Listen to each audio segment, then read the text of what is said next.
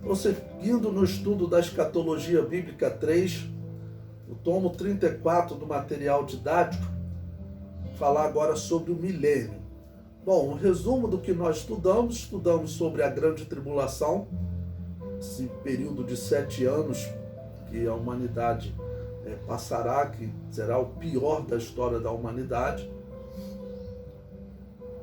O fim da grande tribulação foi marcado pela Batalha do Armagedon, quando o exército do anticristo cercou Israel, cercou Jerusalém, mas aquele corpo, aqueles ossos que estavam sequíssimos, se recuperou, se tornou o corpo, e o espírito entrou no corpo, e eles se converteram a Jesus. E Jesus então agiu e venceu a Batalha do Armagedon, livrando Israel.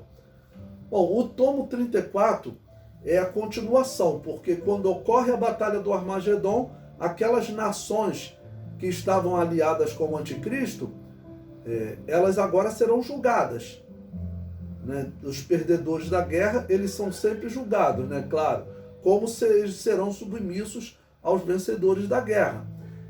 O anticristo e o falso profeta foram lançados no inferno, no lago que arde com fogo e enxofre. É interessante comparar agora o que é a vitória de Cristo e como é o reino de Deus, comparar com a história, né? Uma das frases assim que se tornou característica dos derrotados, diz que foi lá em 395 a.C., quando os bárbaros celtas, eles invadiram a cidade de Roma, quando em Roma ainda não era aquele poder futuro que será, né? Mas eles invadiram a cidade de Roma, fizeram um grande saque. Para ir embora, eles exigiram uma grande quantidade de peso em ouro. E diz que quando foram pesar, aí botaram lá, né, 500 quilos de ouro. Aí os celtas chegaram, né? Não, aqui não tem 500 quilos não, aqui tem só 400 quilos. Aí, mas tá aqui os quilos, não. Mas isso aí é no seu peso, no seu quilo. O nosso quilo é esse daqui. Eles tiveram que trazer mais ouro. E diz que o líder celta falou para eles uma frase que virou assim, uma chave entre os vencedores contra os derrotados, né? O líder celta falou para eles: ai dos derrotados. Ou seja, os derrotados têm que sofrer nas mãos dos vencedores. Com Jesus não será assim. Os derrotados será determinado que eles sejam submissos, né? Mas eles não vão sofrer nas mãos dos vencedores, né? Na verdade, eles serão abençoados pelos vencedores. É nesse período que se cumpre a profecia de Ezequiel de que águas vivas sairão do templo, sairão de Israel, sairão de Jerusalém para sarar as nações. Ou seja, aqui ninguém vai dizer ai dos derrotados, como se diz dos outros povos, né? Por exemplo, a Alemanha, derrotada na Segunda Guerra Mundial, ela acabou de pagar a dívida dela no ano de 2009, que ela teve que indenizar todas as nações do mundo pelo que ela, o grande mal que ela causou na Segunda Guerra Mundial. Então, ai dos derrotados, no caso, ai da Alemanha na Segunda Guerra Mundial. Mas aqui, no milênio, né, nessa batalha do Armagedon, não se dirá ai dos derrotados. Os derrotados terão que ser submissos ao Rei Jesus, mas eles serão abençoados pelo Rei Jesus. Então, capítulo 1 no material didático eu já comento. O que é o milênio? Então eu separei Apocalipse, capítulo 20, versículos 4 a 6, para esse início de leitura. Diz o seguinte: e vi tronos, e assentaram-se sobre eles aqueles a quem foi dado o poder de julgar. Quem são esses a quem foi dado o poder de julgar? É Jesus e a igreja, né? A igreja foi arrebatada 7 anos antes. Ela veio em glória com Jesus, ela estava participando das bodas do Cordeiro. Ela veio em glória com Jesus e venceu a batalha do Armagedon juntamente com Jesus. Agora ela se assenta em tronos para julgar. Então vi tronos e assentaram-se sobre eles aqueles a quem foi dado o poder de julgar.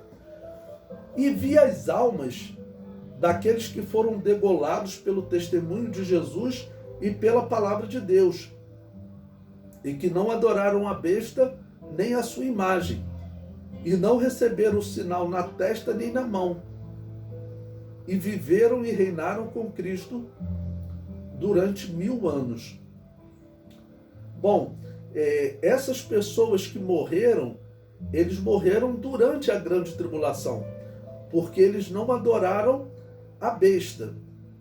A besta, ela se manifestou, está lá em Apocalipse 13, ela operou principalmente na segunda metade da grande tribulação, porque é dito que ela recebeu autorização para agir por 42 meses, nesse período que o anticristo estará perseguindo Israel. Então é nesse período que ele mata diversas pessoas. Aqueles que não receberam o sinal na testa nem na mão, né, e morreram, então João os vê ressuscitar agora, porque está escrito, veja, lendo de novo o final do versículo 4, e viveram e reinaram com Cristo durante 1000 anos. Esse viveram, esse ressuscitaram, ressuscitaram como corpos semelhantes ao que a igreja recebeu no arrebatamento, ou seja, corpos incorruptíveis, né? Eles morreram há 3 anos atrás, eles não voltam à vida física normal. Na verdade, eles recebem corpos incorruptíveis. A igreja estará reinando com Cristo aqui durante o milênio em corpos incorruptíveis. Israel e as outras nações estarão com corpos corruptíveis. Tanto que no final do milênio, as nações se corrompem e seguem a Satanás novamente. O versículo 5. Mas os outros mortos não reviveram, até que os 1000 anos se acabaram.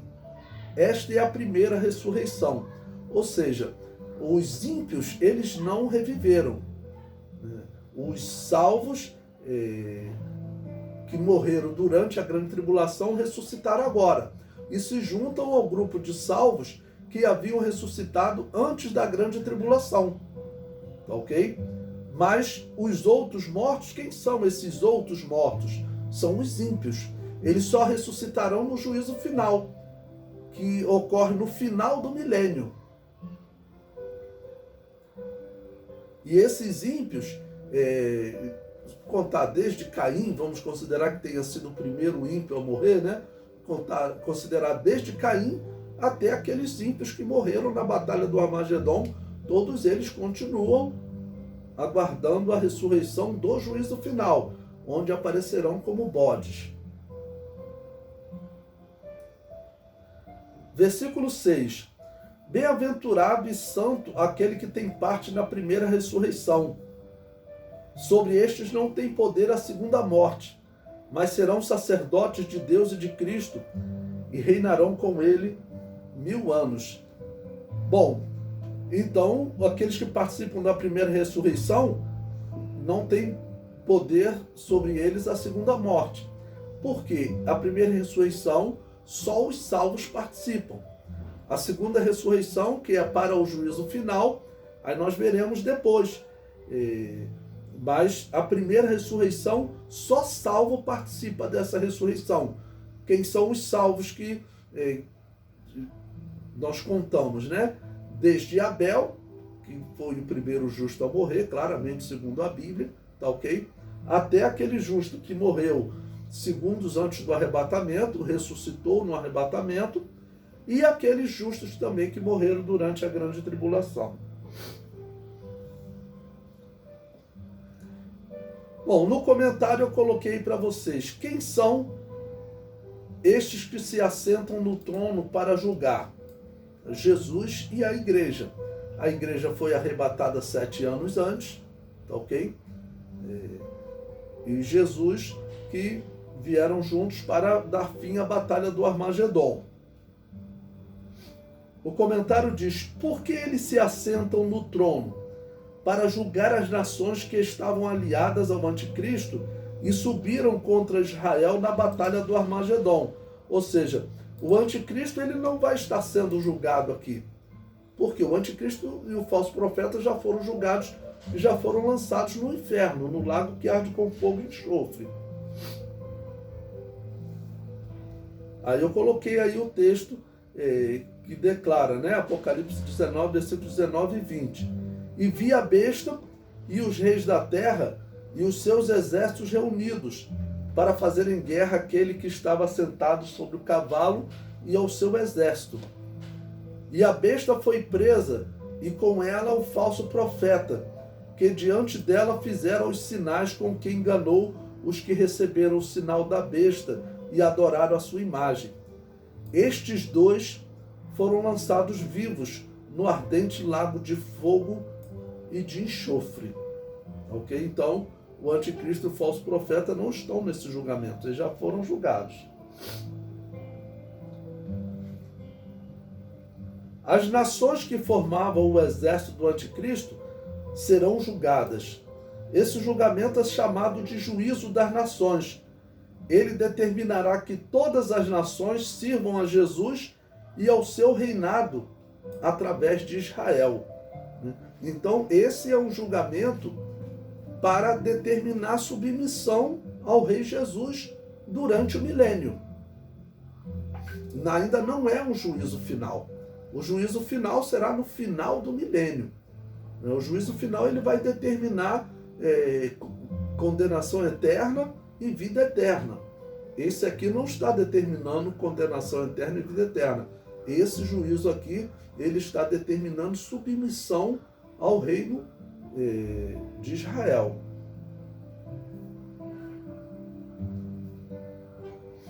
Eu coloquei mais uma pergunta. Quem são essas almas que ressuscitam no início do milênio? Acreditamos serem cristãos que estavam desviados e não foram arrebatados. Alguns argumentam que seriam pessoas que aceitaram Jesus durante a grande tribulação.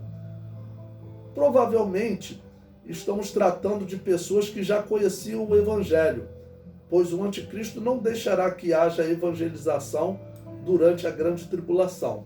É claro que aqui é possibilidade, né? Não dá para garantir que sejam só pessoas que já conheciam o Evangelho, tá bom? Mas isso é o mais provável. Durante a grande tribulação, o engano de Satanás será muito grande. Então será muito difícil conversão durante a grande tribulação. Vejamos o que eles rejeitaram. Não adoraram a besta nem a sua imagem e não receberam sinal na testa nem na mão. João diz que eles foram degolados por rejeitarem a adoração à besta e a receber o seu sinal. João os vê ressuscitarem e reinarem com Cristo por 1000 anos. Olha, eu dou aula desse assunto há 34 anos. Há 34 anos. E na década de 80, quando eu comecei a dar aula sobre esse assunto, quando chegava nesse ponto, na década de 90, até no início dos anos 2000, as pessoas falavam: pastor, esse negócio de degolar, isso não existe mais, né? Certamente o anticristo vai matar de outra maneira os cristãos, mas degolar, isso aí não acontece mais no mundo. É inacreditável, realmente, naquela década de 80, década de 90 não acontecia. Mas veja como nos últimos anos nós vimos aí radicais islâmicos fazendo o que o Alcorão diz que tem que ser feito com os infiéis, cortando a garganta. Degolar é isso, degolar é cortar a garganta. Nós temos imagens aí do Estado Islâmico, eles cortando a garganta de cristãos, né? Cortando a garganta de cristãos. Então, esse é um exemplo de como a palavra de Deus é viva e eficaz, né? Infelizmente, nós já estamos tendo um pouco do que o anticristo vai fazer com aqueles que, durante a grande tribulação, quiserem adorar a Jesus Cristo. Hoje são alguns casos que nós temos pelo mundo. Lá no Afeganistão está acontecendo isso, né? Durante a grande tribulação será a regra. O comentário prossegue. A igreja ressuscitara e fora transformada antes da grande tribulação. Naquela oportunidade ela recebeu o corpo incorruptível. Os que morreram durante a grande tribulação recebem agora o corpo corruptível, corpo eterno, e reinam com Cristo no milênio, né? A ressurreição que acontece no arrebatamento é chamada de primeira parte da primeira ressurreição. A ressurreição que acontece no início do milênio é chamada de segunda parte da primeira ressurreição.